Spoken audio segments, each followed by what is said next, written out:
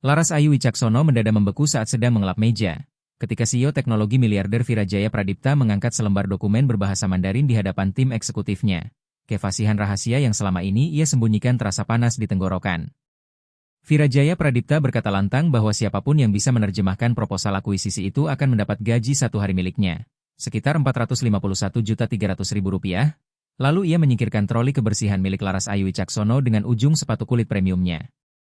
Ruang rapat meledak oleh tawa ketika para eksekutif saling bertukar pandang meremehkan, sementara Laras Ayu Wicaksono menunduk, menahan diri, hanya memusatkan perhatian pada gerakan memutar kain lapnya di atas permukaan meja kayu jati. Pakai Google terjemahan saja, canda Dion Arya Satya, VP Operasional, sambil cincin alumni Institut Teknologi Bandung, ITB-nya berdenting halus pada gelas air, mungkin lebih bisa diandalkan daripada jasa murah apapun. Ponsel Laras Ayu Wicaksono bergetar di sakunya, mengingatkan surat peringatan pengosongan kontrakan dan hitung mundur 72 jam menuju sidang di pengadilan yang bisa membuat keluarganya kehilangan tempat tinggal. Ia butuh sekitar Rp444.700.000, angka tipis yang memisahkan martabat dari keputusasaan. Jemarinya menggenggam erat pulpen giok penerjemah di saku, hadiah terakhir dari ayahnya. Sebuah kemampuan yang ia kubur, warisan yang sering dianggap tak ada, dan kesempatan yang menggantung tepat di depan mata. Apakah ia harus menunjukkan jati dirinya kepada orang-orang yang selama ini memandangnya tembus pandang, demi keselamatan, atau hanya untuk menerima penghinaan yang lebih baru? Pertanyaan itu menggantung seperti nubuat saat ia menyelinap keluar ruangan dan kembali menjadi bayangan. Padahal Laras Ayu Wicaksono tidak selalu tak terlihat. 15 tahun lalu ia adalah anak 8 tahun yang cerah, membuat guru-gurunya kagum karena bisa berpindah di antara 3 bahasa tanpa usaha, dan ibunya yang keturunan Tionghoa Indonesia, Mei Lin Tan, bertemu ayahnya, Rahman Aditya Wicaksono, dalam program pertukaran pelajar internasional di Jakarta. Kisah cinta mereka tumbuh melampaui perbedaan budaya karena sama-sama memuja bahasa dan pendidikan. Kata-kata itu membangun jembatan antar dunia. Rahman Aditya Wicaksono biasa berkata lembut sambil mengajari putrinya menulis aksara yang menari di atas kertas, dan saat usia Laras Ayu Wicaksono menginjak 10 tahun, ia sudah mampu menerjemahkan percakapan antara kakek nenek dari pihak ibu yang berbahasa Mandarin dan kerabat besar dari pihak ayah di Kupang, Nusa Tenggara Timur, membuat kedua sisi keluarga tersenyum bangga. Pulpen giok penerjemah itu adalah hadiah ulang tahunnya yang ke-13, dingin dan berat di telapak. Permukaannya halus kecuali ukiran kalimat bermakna, pengetahuan menerangi. Dan setiap kali ia menempelkan pulpen itu dekat dada, ia seakan masih bisa mencium aroma samar kayu cendana dari ruang belajar ayahnya, tempat mereka berjam-jam menekuni teks dalam berbagai bahasa. Pulpen ini dulu milik seorang cendekia, ayahnya pernah menjelaskan, sekarang pulpen ini milik cendekia berikutnya. 3 bulan kemudian, Rahman Aditya Wicaksono di-PHK dari Pradipta Tech Group, SCBD, Jakarta Selatan, saat restrukturisasi strategis. Setelah 15 tahun membangun kemitraan pasar Asia, ia disingkirkan dengan pesangon yang bahkan nyaris hanya cukup untuk 2 bulan sewa kontrakan, dan jaminan kesehatan keluarga lenyap seketika. Ketika batuk yang tak kunjung hilang ternyata kanker paru stadium 4, tagihan rumah sakit menumpuk lebih cepat daripada surat penolakan lamaran kerja, dan Laras Ayu Wicaksono masih ingat malam saat ayahnya pulang dari wawancara di perusahaan pesaing dengan wajah pucat, berbisik pada Mei Lin Tan bahwa mereka tak berani merekrutnya karena Virajaya Pradipta sudah memblokir namanya di industri dengan alasan pengetahuan rahasia perusahaan. 6 bulan kemudian ayahnya pergi untuk selamanya, meninggalkan duka, keluarga yang remuk, utang medis sekitar Rp720.600.000, dan pulpen giok yang kini selalu dibawa Laras Ayu Wicaksono kemanapun sebagai jimat sekaligus beban. Mei Lin Tan lalu mengambil 3 pekerjaan bersih-bersih sekaligus. Sementara gelar tekniknya dari universitas top di Beijing terasa tak banyak berguna tanpa penyetaraan, sertifikasi, dan jaringan yang memadai di Indonesia. Mimpi Laras Ayu Wicaksono untuk mendapatkan beasiswa bidang bahasa runtuh ketika ibu Mei Lin Tan mengalami stroke pertamanya, memaksa Laras Ayu Wicaksono yang saat itu berusia 17 tahun meninggalkan tahun terakhir sekolah dan segera bekerja. Kini di usia 23, hari-harinya berjalan dengan ritme yang menghancurkan. Membersihkan kantor di Pradipta Tech Group, SCBD, Jakarta Selatan, dari pukul 16 sampai tengah malam, merawat ibu Mei Lin Tan yang lumpuh sebagian sampai fajar, tidur 3 jam saja, lalu menerjemahkan paper akademik secara daring dari pukul 8 sampai pukul 14 memakai nama samaran jembatan linguistik. Pekerjaan terjemahan anonim itu dibayar sekitar Rp362.200 per jam, jauh lebih tinggi daripada upah kerja bersih-bersihnya yang hanya sekitar Rp230.500 sampai Rp411.600 per jam. Tetapi kliennya tidak menentu, dan kalau ia membuka identitas, ia berisiko kehilangan akses perlindungan kesehatan yang sangat dibutuhkan ibu Mei Lin Tan. Totalnya sekitar 60 jam kerja per minggu, dan tiap bulan perhitungan hidup mereka terasa seperti rantai. Sewa kontrakan satu kamar sekitar Rp3.293.000, Obat-obatan ibu sekitar Rp7.625.000, cicilan utang medis ayah sekitar Rp4.529.000, belanja makan sekitar Rp3.128.000, serta listrik air dan kebutuhan utilitas sekitar Rp2.388.000, sehingga aritmetika bertahan hidup tak menyisakan ruang untuk tabungan. Selama 5 tahun, Laras Ayu Wicaksono bergerak di koridor Pradipta Tech Group, SCBD, Jakarta Selatan, seperti hantu, mengosongkan tempat sampah sementara para eksekutif membahas kesepakatan bernilai ratusan miliar, dan ia belajar cara membuat dirinya tak terlihat sambil telinganya menangkap semuanya. Akuisisi strategis, peluncuran produk, pergantian orang. Kefasihannya dalam Mandarin, Spanyol, dan Inggris mengubah kebisingan latar bagi orang lain menjadi informasi berharga bagi dirinya. Ia tahu Virajaya Pradipta memotong kontribusi pensiun karyawan sambil membeli villa liburan mewah bernilai sekitar Rp233.800.000.000 di Nusa Dua, Bali. Ia tahu Dion Aryasatya pernah mengambil kredit atas strategi ekspansi Singapura yang sebenarnya dikembangkan analis junior Pramita Kirana Putri. Dan ia tahu komitmen, keberagaman, yang dipamerkan perusahaan. Menutupi ketimpangan upah yang sistemik, staf pemeliharaan mayoritas berasal dari kelompok yang kerap dipinggirkan, sementara jajaran puncak didominasi kelompok yang sama dari tahun ke tahun. Pengetahuan tanpa kuasa, kecerdasan tanpa kesempatan, Laras Ayu Wicaksono menghapus lingkaran noda kopi mereka sambil memahami setiap kata tentang pasar Asia, konsumen lintas budaya, dan demografi multibahasa yang belum tergarap, tetapi ironi tidak membayar tagihan dan tidak menghentikan pengosongan kontrakan. Dan kini hitung mundur 72 jam itu benar. Benar dimulai, banding disabilitas Ibu Mei Lin Tan ditolak lagi, surat pengosongan final akan diproses Senin pagi, dan tanpa sekitar Rp411.600.000 untuk tunggakan sewa dan biaya hukum, mereka akan masuk ke barisan orang-orang yang terusir, yang membangun, membersihkan, dan menjaga kota, tapi tidak pernah benar-benar diterima di dalamnya. Dokumen itu muncul di meja Virajaya Pradipta tepat pukul 10.17 pada Jumat pagi, dan Laras Ayu Wicaksono menyadarinya karena ia sedang mengilapkan lemari trofi kaca di dekat sana, cukup dekat untuk melihat cap pos Shanghai dan logo Liu Semiconductor Manufacturing, Shanghai, salah satu produsen semikonduktor terbesar di Tiongkok. Ia juga melihat wajah Virajaya Pradipta yang biasanya tenang tiba-tiba berkedip panik sesaat. Menjelang siang, lantai eksekutif berubah kacau, notifikasi rapat darurat bermunculan di layar, tim penerjemah diobrak-abrik, lalu kabar buruk datang. Kepala penerjemah Lintang Mahendra sedang di Beijing mengunjungi keluarga, sementara dua rekan utamanya berada di konferensi industri di Tokyo. Laras Ayu Wicaksono tetap mengangkat keranjang sampah dengan rapi, menyelinap di tengah hiruk-pikuk seperti bayangan, sampai Virajaya Pradipta menerobos keluar dari kantornya sambil mengibaskan dokumen itu dan memerintahkan semua orang berkumpul di ruang rapat sekarang juga. Ia seharusnya sudah pulang. Shift hari Jumatnya secara teknis selesai saat tengah hari. Tetapi rasa ingin tahu, atau mungkin takdir, membuatnya masih berputar membersihkan permukaan yang sebenarnya sudah bersih ketika para eksekutif berkumpul. Lalu Virajaya Pradipta membanting dokumen ke meja dan berkata bahwa Hendra Liu menawarkan hak manufaktur eksklusif untuk prosesor baru mereka, sesuatu yang bisa menggandakan pangsa pasar mereka di Asia. Itu kabar yang luar biasa, ujar Dion Aryasatya ragu. Ragu, kebingungan terdengar jelas di suaranya, tetapi Virajaya Pradipta langsung menyentak bahwa kabar itu baru akan menjadi luar biasa jika mereka bisa membaca dokumennya. Karena berkas tersebut dikirim dalam bahasa Mandarin sementara tim penerjemah tidak tersedia. Mereka menuntut jawaban dalam 72 jam atau kesepakatan akan dialihkan ke Samsung. Jantung Laras Ayu Wicaksono berdegup cepat karena ia mengenali beberapa aksara di halaman sampul. Istilah teknis yang pernah diajarkan ayah saya, Rahman Aditya Wicaksono, tentang spesifikasi toleransi manufaktur semikonduktor. Tidak bisakah kita pakai jasa penerjemah? Tanya Pramita Kirana Putri dengan hati-hati, mengingat kerahasiaan dan teknisnya dokumen itu, namun Virajaya Pradipta mencibir, menanyakan apakah mereka ingin keunggulan kompetitif bocor ke setiap perusahaan teknologi di BSD Digital Hub, Tangerang Selatan. Para eksekutif gelisah, sementara kain lab Laras Ayu Wicaksono bergerak melingkar tanpa suara di atas kredensa. Saya akan membuatnya sepadan, lanjut Virajaya Pradipta, nada suaranya menjadi teatrikal saat menyadari keberadaannya, terjemahkan proposal 30 halaman ini dengan akurat dalam 48 jam dan saya beri gaji satu hari saya, sekitar Rp451.300.000. Ruangan mendadak sunyi, lalu Dion Aryasatya tertawa dan yang lain menyusul dengan canggung. Virajaya Pradipta menambahkan sambil menunjuk Laras Ayu Wicaksono bahwa mungkin petugas kebersihan pun bisa mencoba. Meski ia ragu sekolah kebersihan mengajarkan Mandarin, tawa kali ini lebih tajam. Laras Ayu Wicaksono tetap menunduk, jemarinya mengencang di kain lab. Kita bagi saja ke tim, usul Dion Aryasatya, pakai perangkat lunak terjemahan untuk tahap awal, lalu dirapikan, dan Virajaya Pradipta mengalah dengan peringatan bahwa waktu tinggal 72 jam sebelum Liu Semiconductor Manufacturing, Shanghai, mundur. Dokumen tidak boleh keluar gedung, dan protokol keamanan berlaku penuh. Saat para eksekutif berpencar sambil membawa salinan, Laras Ayu Wicaksono menyadari dua hal.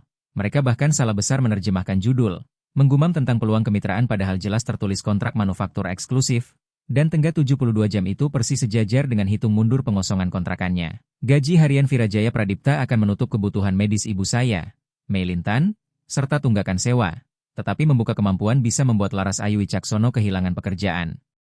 Jika gagal, atau lebih buruk jika berhasil dan melukai ego para eksekutif, apalagi jika isi dokumen menyimpan kebijakan predator yang dulu menghancurkan karir ayah saya. Akankah perusahaan yang merusak keluarga saya kini menuai untung dari bakat tersembunyi saya? Dan jika saya menolak kesempatan ini, akankah saya mampu memaafkan diri sendiri? Keputusan saya buat pada pukul 1.43 dini hari, berdiri di dapur kecil kontrakan dengan cahaya redup, ibu saya, Mei Lin Tan, tidur gelisah di ruang tamu yang disulap jadi kamar. Monitor medis memantulkan bayang biru di wajahnya. Sementara surat pengosongan tergeletak di samping catatan terjemahan saya dengan angka 72 dilingkari merah menuju sidang Senin. Saya tidak akan menampakkan diri secara langsung. Belum, terlalu berisiko, tetapi saya bisa menguji air, melihat seberapa bernilai kemampuan saya. Sabtu malam saya kembali ke Pradipta Tech Group, SCBD, Jakarta Selatan. Seragam kebersihan menjadi penyamaran sempurna untuk akses di luar jam kerja. Lantai eksekutif kosong. Penjaga keamanan Agus mengangguk akrab saat saya mendorong troli melewati posnya, dan ketika ia bertanya, saya menjawab dengan aksen yang saya tebalkan bahwa saya lembur akhir pekan karena ibu saya butuh obat, memainkan peran yang mereka harapkan.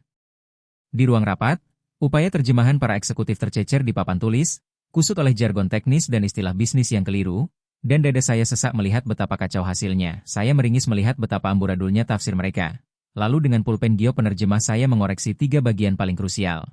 Menerjemahkan istilah semikonduktor yang rumit dengan presisi, kemudian menandatanganinya singkat saja. Burung hantu malam.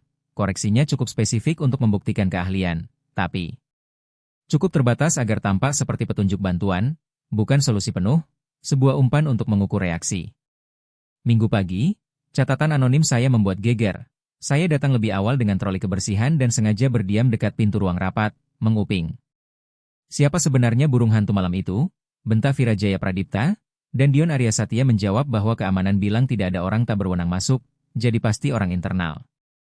Saya mengintip lewat celah pintu saat Dion Arya Satya menatap papan tulis dengan wajah penuh perhitungan. Lalu, di luar dugaan saya, ia menghapus tanda tangan saya dan berbalik ke Virajaya Pradipta sambil berkata mulus bahwa bagian itu sebenarnya ia yang mengerjakan karena diam-diam belajar Mandarin dan tidak ingin membesar-besarkan sebelum lancar. Tetapi karena keadaan darurat ia maju, Virajaya Pradipta menepuk bahunya, memuji inisiatif, lalu menunjuknya menjadi penanggung jawab utama dan koordinator tim. Kemenangan kecil saya berubah jadi abu. Dion Arya Satya naik jadi pemimpin proyek berkat kerja saya. Dan rasa tidak adil itu membakar, tetapi saya tak mampu larut dalam amarah karena waktu tersisa menuju eksekusi pengosongan kontrakan tinggal 48 jam. Malam itu, setelah ibu saya, Mei Lin Tan, akhirnya tertidur, saya membentangkan foto-foto dokumen di meja dapur, menelusuri bagian teknis, dan menemukan sesuatu yang membuat darah saya dingin. Kontrak itu memuat klausul optimalisasi tenaga kerja yang memungkinkan Pradipta Tech Group, SCBD, Jakarta Selatan, melakukan PHK 300 pekerja di pabrik demi biaya produksi lebih rendah. Dan di antara mereka ada keluarga sepupu ibu saya yang baru tahun lalu pindah dan akhirnya mendapat sedikit kestabilan. Saya terduduk, pulpen Gio penerjemah mendadak terasa berat di genggaman, karena pilihan saya menjadi kejam. Menyelesaikan terjemahan secara anonim dan membiarkan lebih banyak keluarga menderita, atau menunjukkan diri dan mempertaruhkan segalanya. Ponsel saya bergetar oleh pesan dari atasan saya, Bapak Bagas Nugraha, yang memberitahu bahwa kamera keamanan baru dipasang di sayap eksekutif dan semua petugas kebersihan harus menyelesaikan tugas sebelum pukul 19 sampai pemberitahuan berikutnya. Jendela kesempatan menutup. Akses malam saya dibatasi, jadi saya mengambil langkah nekat. Saat shift Senin, saya bersembunyi di bilik toilet ketika jam istirahat, menerjemahkan kalang kabut di sobekan kertas, lalu meneruskan saat makan siang di gudang perlengkapan, berlomba melawan tenggat Virajaya Pradipta dan tenggat hidup saya sendiri. Kini tinggal 58 jam menuju sidang pengosongan. Menjelang Senin malam, saya sudah menyelesaikan kira-kira 40% terjemahan dokumen, lalu kembali menyelipkan catatan anonim burung hantu malam di ruang rapat sambil menyaksikan Dion Arya Satya terus mengklaim kredit dan makin percaya diri setiap kali interpretasi berhasil. Hitung mundur terus berdetak. 56 jam menuju pengosongan, 47 jam menuju tenggat Hendra Liu. Mata saya perih karena kurang tidur, tangan saya kram karena menulis, dan kondisi ibu saya, Mei Lin Tan, memburuk, stres ancaman. Tunawisma membuat tekanan darahnya melonjak berbahaya. Kita butuh keajaiban, bisik ibu saya malam itu sambil menggenggam tangan saya. Dan ia tidak tahu bahwa keajaiban itu sebenarnya sudah ada dalam genggaman saya, andai saya berani meraihnya. Kita mengalami pelanggaran keamanan, kalimat itu membelah rapat eksekutif Selasa pagi seperti pisau. Saya sedang menata layanan kopi dan menjaga wajah tetap datar ketika Kepala Keamanan, Bapak Surya Wibowo, memutar rekaman video yang menunjukkan sosok bayangan berada di ruang rapat setelah jam kerja. Lalu ia menjelaskan bahwa kamera menangkap seseorang. Tetapi sudutnya tidak memperlihatkan wajah, bisa jadi spionase industri. Dan Virajaya Pradipta memerintahkan semua orang diselidiki, terutama staf pemeliharaan yang punya akses di luar jam kerja. Saya merasakan tatapan Dion Arya Satya menancap ke arah saya, seolah ia mulai mengaitkan saya dengan terjemahan misterius itu. Menjelang sore, para petugas keamanan mewawancarai seluruh petugas kebersihan, dan ketika giliran saya tiba, saya memainkan peran yang mereka bayangkan dengan sempurna. Petugas kebersihan sederhana yang seolah gagah berbahasa, tampak bingung oleh pertanyaan rumit. Saya mengulang-ulang kalimat patah, muak pada stereotip itu tetapi sadar betapa ampuhnya sebagai tameng. Seakan saya hanya mengerti instruksi paling dasar dan tidak pernah menyentuh kertas apapun. Bapak Surya Wibowo terlihat puas. Namun setelah wawancara selesai Dion Arya Satya tetap tertinggal, cincin alumni Institut Teknologi Bandung, ITB-nya mengetuk meja pelan. Menarik, katanya saat kami tinggal berdua, kamu tanpa paham bahasa Inggris dengan sempurna ketika saya memberi instruksi bersih-bersih, dan saya hanya mengangkat bahu dengan mata menunduk, menjawab bahwa instruksi itu sederhana sementara pertanyaan mereka rumit. Dion Arya Satya merapat, suaranya rendah, mengatakan ia yakin saya mengerti jauh lebih banyak daripada yang saya akui. Malam itu, saya mendapati loker saya sudah digeledah, dan perut saya serasa jatuh ketika saya sadar apa yang hilang. Pulpen Gio penerjemah, hadiah ayah saya, Rahman Aditya Wicaksono, jimat yang selalu saya bawa. Cari ini? Dion Arya Satya memutar-mutar pulpen itu di antara jemarinya saat ia menghadang saya di ruang istirahat yang kosong, mengejek bahwa benda itu tidak lazim untuk seorang petugas kebersihan, lalu menunjuk ukiran aksara dan bertanya apakah itu berarti pengetahuan. Saya meraih, tetapi ia menariknya menjauh sambil berkata keamanan sangat khawatir terhadap barang tak berizin yang bisa dipakai untuk spionase korporat dan ia, berbaik hati, sudah membuat laporan. Rabu pagi, HR mengeluarkan surat peringatan, SP, resmi kepada saya karena dianggap menyimpan materi tidak sah dan berperilaku mencurigakan. Tanpa pulpen Gio penerjemah, tanpa ikatan terakhir dengan ayah saya, kepercayaan diri saya runtuh dan keyakinan saya goyah. Hitung mundur pengosongan menunjukkan 34 jam tersisa. Ibu saya, Mei Lin Tan, dibawa ke IGD karena nyeri dada dan tabungan tipis kami terkuras untuk biaya tambahan ambulans. Sementara pengelola kontrakan, Bapak Irwan Saputra, menempelkan surat pengosongan final. 48 jam lagi kunci akan diganti. Putus asa, saat jam makan siang saya menyusup mengakses komputer Dion Arya Satya ketika ia menghadiri rapat, dan apa yang saya temukan membuat saya ngeri. Ia sengaja memelintir terjemahan bagian-bagian kunci dari proposal Hendra Liu. Bagian yang bukan hanya merugikan pekerja tetapi juga berpotensi melanggar aturan perdagangan internasional. Membuat Virajaya Pradipta nyaris menandatangani kesepakatan yang bisa memicu investigasi dan denda besar. Ketika saya kembali ke tugas kebersihan, Dion Arya Satya sudah menunggu dan langsung berkata tanpa basa-basi bahwa ia tahu itu saya, penerjemah misterius itu. Ia mengaku sudah memeriksa berkas personalia, ibu saya adalah Mei Lin Tan, dulu tercatat dengan nama lama dari Shanghai, dan ayah saya bekerja di sini sampai perusahaan, dengan kata-katanya yang dingin, merapikan posisinya. Topeng saya terlepas dan saya menjawab bahwa ayah saya adalah aset tak ternilai bagi perusahaan ini. Alis Dion Arya Satya terangkat ketika ia mendengar bahasa saya mendadak mulus, seolah puas membuktikan dugaannya, lalu saya menuntut pulpen saya kembali. Ia menangkis dengan ancaman. Setelah ia berbicara dengan imigrasi soal status izin tinggal ibu saya, yang menurutnya sudah kedaluarsa sejak ayah saya meninggal, maka akan, sayang sekali, jika otoritas diberitahu. Ancaman itu menggantung di antara kami, bersuara dan menghadapi teror deportasi, atau diam sementara ratusan orang kehilangan nafkah. Dan Pradipta Tech Group, SCBD, Jakarta Selatan, menyeret diri ke jurang kehancuran korporat. 30 jam menuju pengosongan, 24 jam menuju tenggat Hendra Liu. Dan saya belum pernah merasa seterjepit ini sekaligus seteguh ini. Rapat darurat Dewan dimulai pukul 9 pada Kamis pagi, tepat 24 jam sebelum tenggat, dan saya bergerak tanpa suara di tepi ruang rapat, menuang kopi dan menata kue-kue kecil seperti pastel dan risoles, sementara Dion Arya Satya mempresentasikan terjemahan finalnya kepada Virajaya Pradipta dan para anggota Dewan.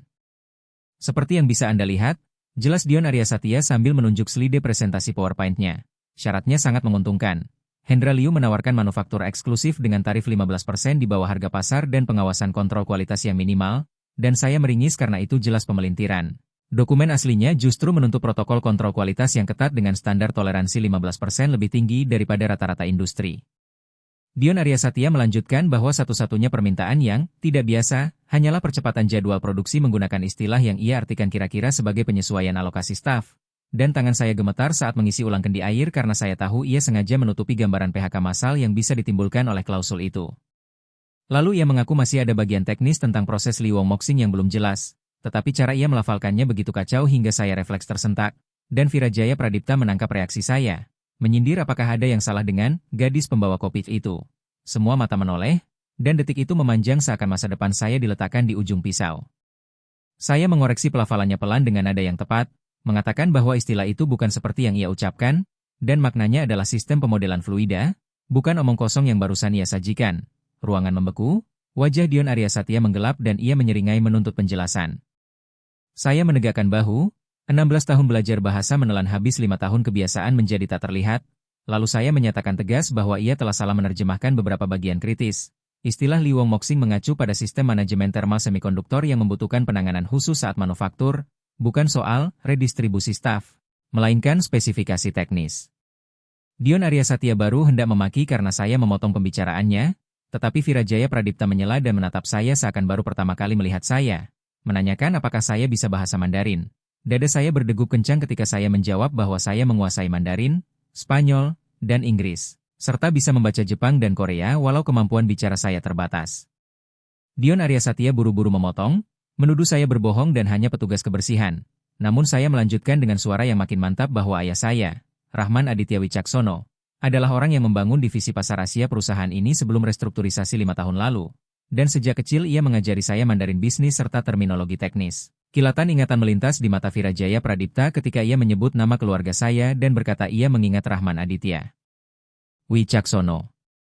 Dion Aryasatya memprotes bahwa ini tidak masuk akal dan saya mungkin bekerja untuk pesaing. Tetapi saya menantang mereka memeriksa kredensial saya. Lalu saya mengeluarkan ponsel dan menampilkan profil saya di Jembatan Linguistik, ID dengan nama pengguna Jembatan Linguistik. Lengkap rating 4,98 dan lebih dari 400 terjemahan akademik serta teknis di bidang teknik dan bisnis. Virajaya Pradipta mengambil ponsel saya dan menggulir daftar klien serta testimoni. Naluri bisnisnya bergulat dengan prasangka yang selama ini ia pelihara.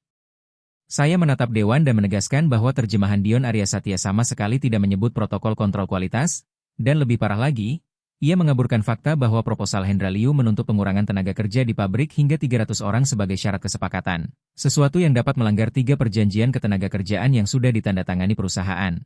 Para anggota Dewan bergumam, menimbang-nimbang di antara kami, sementara Dion Aryasatya tergagap menyebut tuduhan saya keterlaluan.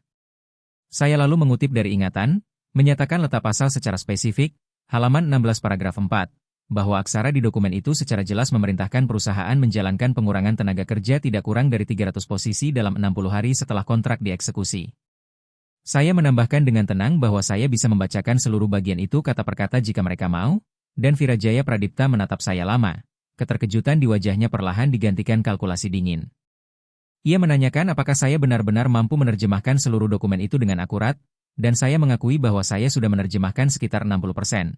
Saya yang menaruh catatan bantuan anonim yang selama ini diambil alih dan diklaim sebagai karya Dion Aryasatya. Wajahnya langsung merah padam ketika beberapa kepala menoleh kepadanya. Jadi kamu burung hantu malam? Tanya Virajaya Pradipta, dan saya mengangguk, lalu senyum lambat muncul di wajahnya. Bukan hangat, melainkan seperti pemburu yang melihat peluang. Ia berkata tawarannya tetap berlaku. Selesaikan terjemahan lengkap sebelum pukul 9 besok dan gaji 1 hari miliknya, sekitar Rp451.300.000, menjadi milik saya. Saya mengejutkan diri sendiri dengan keberanian yang keluar begitu saja. Saya ingin semuanya tertulis, dan saya ingin pulpen saya kembali. Virajaya Pradipta mengerutkan kening ketika saya memperjelas bahwa yang saya maksud adalah pulpen Gio penerjemah saya yang kemarin disita dan dilaporkan sebagai barang mencurigakan oleh Dion Aryasatya. Semua mata mengarah padanya, dan dengan enggan ia mengeluarkan pulpen itu dari saku jaketnya. Saya menambahkan syarat lain. Saya ingin kontrak tertulis yang menjamin pekerjaan saya tetap aman apapun hasil terjemahan, serta klausul kerahasiaan yang melindungi status izin tinggal ibu saya, Mei Lin Tan, dari ancaman imigrasi. Ruangan kembali hening oleh keberanian saya, dan Virajaya Pradipta memandang saya dengan minat baru, nyaris seperti rasa hormat. Ia akhirnya memerintahkan asistennya, Nindya Puspitasari, untuk menyusun perjanjian dan menyediakan apapun yang saya butuhkan. Saat pulpen giok penerjemah kembali ke tangan saya merasakan beratnya yang akrab, dingin, padat, menenangkan, dan di kepala saya hitung mundur seolah direset, 18 jam untuk menerjemahkan sisa dokumen. Sementara pengosongan kontrakan tinggal 36 jam. Untuk pertama kalinya setelah bertahun-tahun, saya terlihat. Entah membawa kebaikan atau petaka, saya bekerja semalaman di ruang rapat kecil yang mereka sediakan, disetir adrenalin dan kopi mesin pantry kantor, sementara jari saya menari di keyboard dan pulpen giok penerjemah di genggaman seperti penunjuk jalan melalui istilah teknis yang rumit dan nuansa budaya yang tak mungkin ditangkap terjemahan mesin. Pukul 3, mata saya perih dan huruf-huruf mulai berputar di layar, tetapi saya sudah menuntaskan hampir 85%, sambil menandai perbedaan antara apa yang benar-benar ditawarkan Hendra Liu dan apa yang diklaim Dion Arya Satya. Ternyata kebenaran berada di tengah, tidak semanis yang ia jual, tetapi juga tidak sekejam yang semula saya takutkan. Karena pengurangan tenaga kerja hanya berupa anjuran, bukan kewajiban mutlak, dan pihak Hendra Liu menyertakan rencana program pelatihan ulang. Ponsel saya bergetar oleh pesan dari tetangga saya, Ibu Rina Apriliani, yang sedang menemani ibu saya di rumah sakit. Dokter ingin menahan ibu saya 1 hari lagi dan butuh deposit sekitar Rp36.200.000 untuk perawatan lanjutan. Saya mengurut pelipis, menghitung kembali. 30 jam menuju pengosongan, 6 jam menuju tenggat terjemahan. Dan untuk sesaat saya membiarkan harapan muncul. Uang dari Virajaya Pradipta akan menyelamatkan krisis paling dekat. Saya bisa bernegosiasi dengan Bapak Irwan Saputra. Membayar rumah sakit, bahkan mungkin mencari tempat tinggal yang lebih layak dekat fasilitas medis. Saya menyandarkan kepala di lengan hanya sebentar, tetapi bunyi debur kopi yang menyiram meja membuat saya tersentak bangun. Saya ternganga ketika cairan panas membanjiri catatan tulisan tangan saya dan merembes ke keyboard laptop. Aduh, ceroboh sekali saya. Suara itu datang dari atas saya. Dion Arya Satya berdiri dengan cangkir kopi kosong di tangan, kepedulian palsu menempel di wajahnya, mengaku hanya hendak membawakan saya kopi baru karena saya tampak sangat lelah. Saya melompat panik, menyeka cairan yang menyebar dengan tisu, layar laptop berkedip-kedip lalu gelap total. Dan saya tercekat hendak menyebut terjemahan saya yang terancam hilang. Tenang, kata Dion Arya Satya dengan senyum yang tidak menyentuh matanya, saya sudah memindahkan file digitalmu ke drive aman saya demi keamanan. Dokumen sensitif begini harus ekstra hati-hati. Saya menuntut ia mengembalikannya, suara saya tetap stabil meski jantung saya berpacu.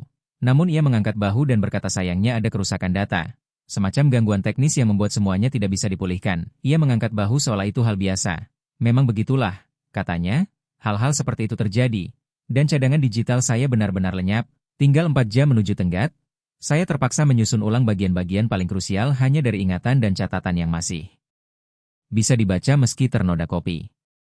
Saat Dion Arya Satya melenggang keluar, ia melempar kalimat dari balik bahu bahwa Virajaya Pradipta menuntut kesempurnaan, dan satu klausul yang salah terjemah bisa menghabiskan perusahaan miliaran rupiah. Jadi ia yakin bos akan memaklumi jika saya mundur dari tantangan ini. Ponsel saya bergetar lagi, kali ini dari Bapak Irwan Saputra, pengelola kontrakan, yang memberitahu eksekusi pengosongan dipercepat. Petugas akan datang besok pagi, bukan Senin, karena bagian hukum menyetujui percepatan akibat keterlambatan pembayaran berulang. Saya menatap kertas-kertas rusak, laptop mati, dan merasakan dinding seolah menutup. 3 jam kerja hilang, ibu saya di rumah sakit, pengosongan tinggal hitungan jam, dan Dion Arya Satya selalu selangkah di depan saya di setiap tikungan. Sesaat, saya hampir menyerah, pergi begitu saja, mencari pekerjaan bersih-bersih lain di tempat yang tidak bisa dijangkau Virajaya Pradipta maupun Dion Arya Satya. Tetapi lalu telepon saya berdering dari rumah sakit, kondisi ibu saya, Mei Lintan, memburuk dan mereka butuh persetujuan pembayaran untuk tindakan tambahan. Saya kembali bekerja seperti orang kesetanan, membangun ulang terjemahan dari ingatan, tangan saya kram menggenggam pulpen giok penerjemah.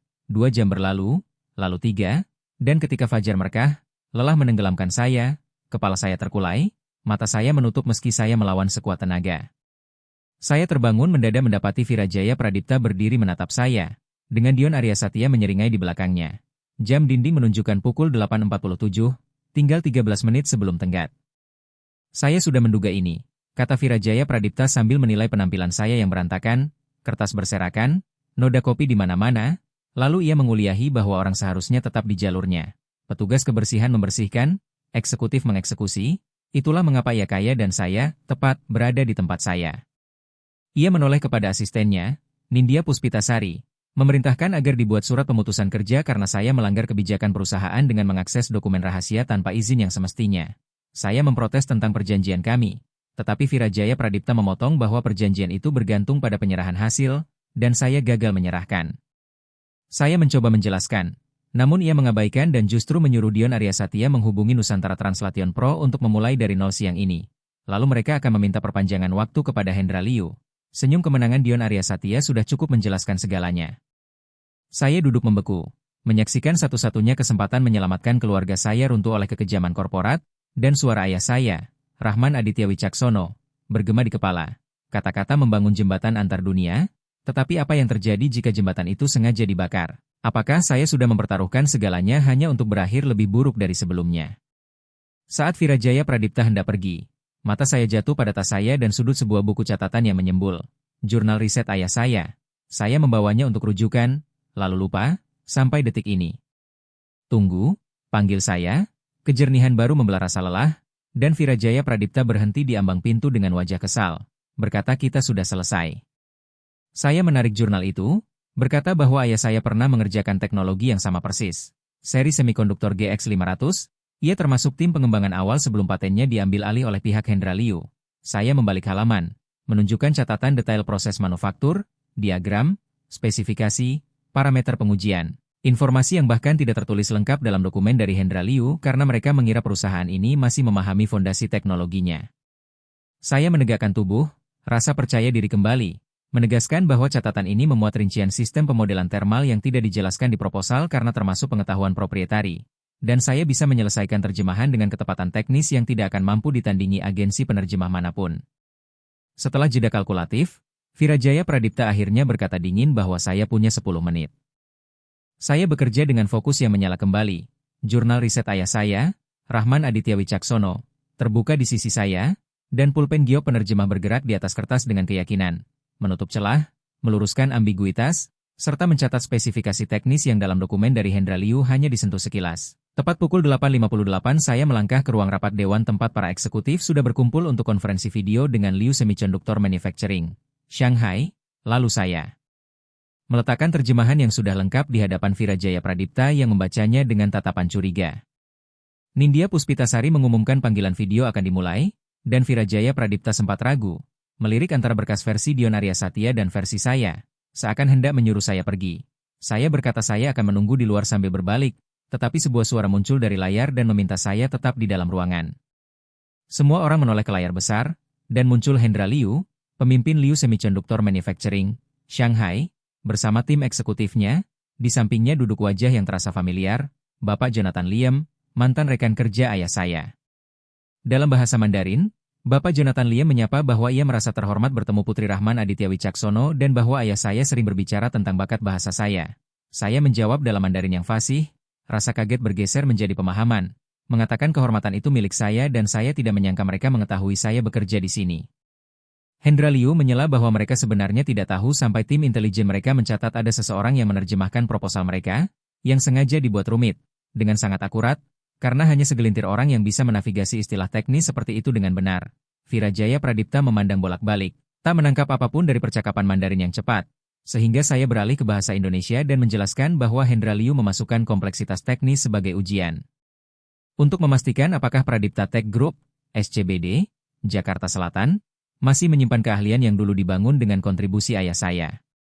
Dengan hati-hati Virajaya Pradipta bertanya apakah perusahaan ini lolos ujian itu, dan saya menjawab bahwa itu bergantung pada satu hal, lalu saya kembali berbicara Mandarin langsung kepada Hendra Liu, menanyakan apakah ambiguitas terkait kebutuhan tenaga kerja, yang bisa ditafsirkan sebagai kewajiban PHK, memang disengaja. Senyum tipis muncul di wajah Hendra Liu, memuji ketajaman saya dan mengakui mereka punya kekhawatiran terhadap praktik ketenaga kerjaan Virajaya Pradipta sejak ayah saya disingkirkan, sehingga bahasa soal tenaga kerja sengaja dibuat samar untuk melihat bagaimana pihak perusahaan menafsirkannya. Saya menoleh ke Virajaya Pradipta dan menerjemahkan bahwa Liu Semiconductor Manufacturing, Shanghai, sedang menguji karakter perusahaan terkait cara memperlakukan tenaga kerja, dan bagian itu adalah tes integritas terselubung. Dion Aryasatya maju dengan nada meremehkan, menyebut ini konyol dan seolah saya mengarang, tetapi saya memotongnya dan mengatakan Dion Aryasatya seharusnya menjelaskan mengapa ia sengaja memelintir bagian-bagian kunci dan menyabotase pekerjaan saya. Saya mengeluarkan ponsel, menampilkan rekaman keamanan yang saya pulihkan saat saya meneliti malam itu. Dan di sana terlihat jelas Dion Aryasatya menuangkan kopi ke laptop saya serta menghapus berkas dari folder kerja saya. Ruangan seketika sunyi, dan wajah Virajaya Pradipta mengeras saat menatap bukti yang tak terbantahkan. Dengan suara pelan namun tajam ia memanggil Dion Aryasatya dan menyatakan ia dipecat, lalu memerintahkan keamanan mengawal keluar. Saat Dion Aryasatya diseret pergi sambil berteriak protes, Hendra Liu kembali berbicara dalam Mandarin bahwa mereka akan melanjutkan kontrak dengan satu syarat. Saya yang harus mengawasi implementasi sebagai penghubung budaya. Pulpen Gio penerjemah bergerak mantap di atas catatan saya saat saya menerjemahkan percakapan itu secara langsung. Permukaannya memantulkan cahaya, meninggalkan guratan tinta biru yang seolah membawa aroma kayu cendana dan kemungkinan, bukan lagi kenang-kenangan kehilangan, melainkan alat otoritas saya. Saya menjelaskan kepada ruangan bahwa pihak Hendra Liu bersikeras bekerja langsung dengan saya sebagai syarat kesepakatan, dan saya merasakan keseimbangan kuasa di ruangan itu berubah nyata.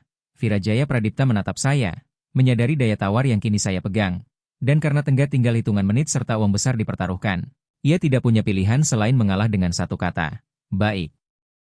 Laras Ayu Wicaksono ditetapkan untuk mengawasi aspek budaya dalam implementasi, dan panggilan video pun berakhir dengan Hendra Liu menyatakan kegembiraannya karena menemukan warisan Rahman Aditya Wicaksono masih hidup di Pradipta Tech Group, SCBD, Jakarta Selatan. Saat para eksekutif bubar, Virajaya Pradipta mendekati saya dan mengakui bahwa ia telah meremehkan saya. Saya menjawab singkat bahwa banyak orang melakukan hal yang sama, lalu saya menegaskan perjanjian kami tetap berlaku. Ia menulis cek senilai sekitar Rp451.300.000 sebagai gaji satu hari miliknya, sambil berkomentar bahwa tampaknya saya sudah pantas menerima lebih dari itu. Ketika kamera perusahaan merekam penandatanganan kontrak resmi untuk arsip, Hendra Liu mengirim satu permintaan terakhir lewat email. Bonus penandatanganan khusus untuk jasa konsultasi budaya yang saya berikan, senilai sekitar Rp823.500.000, sehingga total yang saya pegang menjadi sekitar Rp1.274.700.000, cukup untuk menyelamatkan perawatan ibu saya, Mei Lin Tan, menghentikan pengosongan kontrakan, dan untuk pertama kalinya dalam bertahun-tahun memberi ruang napas, saya akhirnya membiarkan diri saya menghela napas panjang, sementara pulpen Gio penerjemah beristirahat di tangan saya, bukan lagi beban masa lalu, melainkan kunci masa depan. 6 bulan kemudian, saya duduk di kantor baru saya sebagai Direktur Hubungan Internasional di Pradipta Tech Group, SCBD, Jakarta Selatan, dengan jendela dari lantai sampai langit-langit yang memperlihatkan pemandangan Jakarta, kota tempat dulu saya merasa tak terlihat. Meja kerja saya terbuat dari kayu yang dipoles rapi, bukan bahan komposit murahan yang biasa dipakai karyawan level bawah. Dan di atasnya ada foto berbingkai ibu saya yang kini menerima perawatan khusus di fasilitas medis dekat apartemen baru kami yang memiliki 2 kamar. Pulpen Gio penerjemah diletakkan di dudukan kristal kecil, permukaannya memantulkan cahaya pagi, dan ketika saya menggenggamnya sekarang, aroma kayu cendana bercampur dengan wangi anggrek segar yang saya taruh di samping foto ayah saya, Rahman Aditya Wicaksono, 2 ikatan indera, 1 ke masa lalu, 1 ke masa kini. Tindakan resmi pertama saya sebagai direktur adalah membentuk dana beasiswa untuk anak-anak karyawan atas nama Rahman Aditya Wicaksono serta memulai tinjauan menyeluruh terhadap kebijakan PHK perusahaan. Dan tindakan kedua saya adalah merekrut kembali pekerja dari komunitas saya dengan tunjangan yang layak serta materi pelatihan yang disusun dengan bahasa yang tepat. Kontrak yang saya negosiasikan dengan Liu Semiconductor Manufacturing, Shanghai, mendorong pangsa pasar Asia perusahaan naik 32% dalam 2 kuartal, dan para anggota dewan yang dulu menatap saya seperti udara kini menyapa saya dengan penghormatan yang dulu hanya mereka berikan kepada Virajaya Pradipta. Bahkan Virajaya Pradipta pun menunjukkan rasa hormat yang enggan, bukan karena pencerahan moral, melainkan karena hitung-hitungan laba, dan wawasan budaya serta ketelitian bahasa saya membuka pintu yang sebelumnya tertutup bagi perusahaan, seperti yang ia ucapkan dalam rapat pemegang saham terakhir. Perspektif Laras Ayu Wicaksono terbukti bernilai di luar dugaan. Saya tersenyum karena saya paham terjemahan kalimat korporat itu sebenarnya adalah pengakuan bahwa ia dulu salah menilai saya. Asisten saya, Nindya Puspitasari, mengetuk pelan dan menyampaikan bahwa terapis fisik ibu saya menelepon. Perkembangannya berjalan lebih cepat dari perkiraan, dan saya menjawab singkat dengan rasa lega yang kecil, membiarkan diri menikmati kebebasan untuk memakai bahasa lain secara terbuka di lorong-lorong yang dulu memaksa saya menyembunyikan identitas multibahasa saya. Ponsel saya berbunyi menampilkan pengingat kalender. Rapat Dewan Bulanan tinggal 15 menit, 6 bulan lalu saya tak terlihat di ruangan itu, menghapus bekas jari dari gelas-gelas air sementara para eksekutif membuat keputusan yang memengaruhi ribuan hidup. Tetapi hari ini saya akan mempresentasikan strategi ekspansi internasional saya. Rencana yang diproyeksikan menciptakan 450 pekerjaan baru dan menaikkan valuasi perusahaan 18%. Saat saya mengumpulkan materi, Pandangan saya jatuh pada kliping koran yang dibingkai di samping foto ayah saya, dengan judul rubrik bisnis yang berbunyi bahwa saham Pradipta Tech Group, SCBD, Jakarta Selatan, melesat berkat kemitraan Asia. Artikel itu melanjutkan bahwa direktur baru mengaitkan keberhasilan perusahaan dengan warisan ayah saya, Rahman Aditya Wicaksono, seorang pendatang yang meninggalkan jejak melalui kerja dan pengetahuan, dan tulisan itu menyorot kenaikan saya yang tidak lazim. Dari staf pemeliharaan menjadi pemimpin eksekutif, sementara para analis memuji penemuan talenta tak terduga sebagai contoh keberagaman di dunia korporat. Namun ada hal besar yang tidak disebutkan artikel itu. Setelah saya menerapkan program inisiatif bakat tersembunyi, sebuah gerakan tingkat perusahaan yang mendorong karyawan di semua level untuk menunjukkan keterampilan dan pendidikan mereka, ada 28 staf pemeliharaan dan pendukung lain yang ikut dipromosikan. Mantan petugas keamanan Farhan Okafor yang ternyata punya gelar teknik, pekerja kantin Melati Sariwangi yang bisa 5 bahasa, dan teknisi help desk Gilang Prabawa yang berbakat dalam desain produk. Sementara itu Dion Arya Satya berubah menjadi kisah peringatan di kalangan korporat setelah upaya sabotasenya terbongkar. Tak ada perusahaan teknologi besar yang mau menyentuhnya, dan kabar terakhir yang saya dengar, ia mengajar komunikasi bisnis di sebuah kampus komunitas, ironisnya mendidik kelompok yang dulu ia remehkan. Virajaya Pradipta sendiri pada dasarnya tidak berubah. Ia tetap digerakkan oleh laba, bukan prinsip, tetapi ia belajar mengenali talenta tanpa peduli kemasannya. Meski ia masih menyebut kenaikan saya sebagai keberuntungan sekali seumur hidup, alih-alih mengakui penghalang sistemik yang membuat saya lama tersembunyi. Tetap saja, tindakan lebih nyaring daripada kata-kata, dan kesediaannya membenahi praktik rekrutmen serta promosi menghasilkan dampak nyata yang melampaui sekadar slogan. Saat saya berjalan menuju ruang rapat dewan, para karyawan menyapa saya dengan nama, sebagian dalam bahasa Indonesia, sebagian dalam Inggris, Mandarin, atau Spanyol, dan setiap sapaan terasa seperti jembatan kecil antar dunia. Saya membawa pulpen Gio penerjemah milik ayah saya, bukan sebagai jimat rahasia, melainkan simbol yang terlihat dari warisan dan keahlian saya. Para anggota dewan berdiri ketika saya masuk, tanda hormat yang masih membuat saya terkejut. Dan ketika saya bersiap mempresentasikan visi saya tentang masa depan perusahaan, saya teringat ibu saya, Mei Lin Tan, yang kini mengikuti kuliah daring untuk menyegarkan kembali kompetensi tekniknya, serta para petugas kebersihan yang sekarang berani menatap mata saya alih-alih menunduk. Menjadi terlihat memang punya harga, sorotan, tekanan, dan kesadaran bahwa saya mewakili lebih dari sekadar diri saya sendiri di ruangan-ruangan ini, tetapi menjadi tak terlihat dulu memakan jauh lebih banyak, bakat yang terbuang, suara yang tak pernah didengar, dan jembatan yang tak sempat dibangun. Selamat pagi, saya memulai dalam 3 bahasa, melihat anggukan apresiatif para anggota dewan, lalu saya mengatakan bahwa hari ini kita akan membahas bagaimana merangkul berbagai perspektif mengubah bukan hanya budaya perusahaan, tetapi juga hasil bisnis. Saya mengklik slide pertama saya yang menampilkan kenaikan pangsa pasar Asia 32% berdampingan dengan perbaikan retensi karyawan 24% sejak inisiatif saya diterapkan, karena angka bisa berbicara dalam bahasa apapun, terutama di ruang rapat. Saya menutup dengan menegaskan bahwa talenta tidak selalu datang dalam kemasan yang kita harapkan, tetapi perusahaan yang mampu mengenalinya apapun bungkusnya akan mendapat keunggulan kompetitif. Lalu saya mengajak mereka melihat buktinya. Sementara pulpen Gio penerjemah bergerak mantap di catatan saya ketika saya menuntun kepemimpinan perusahaan menuju masa depan yang dulu hanya bisa ayah saya impikan.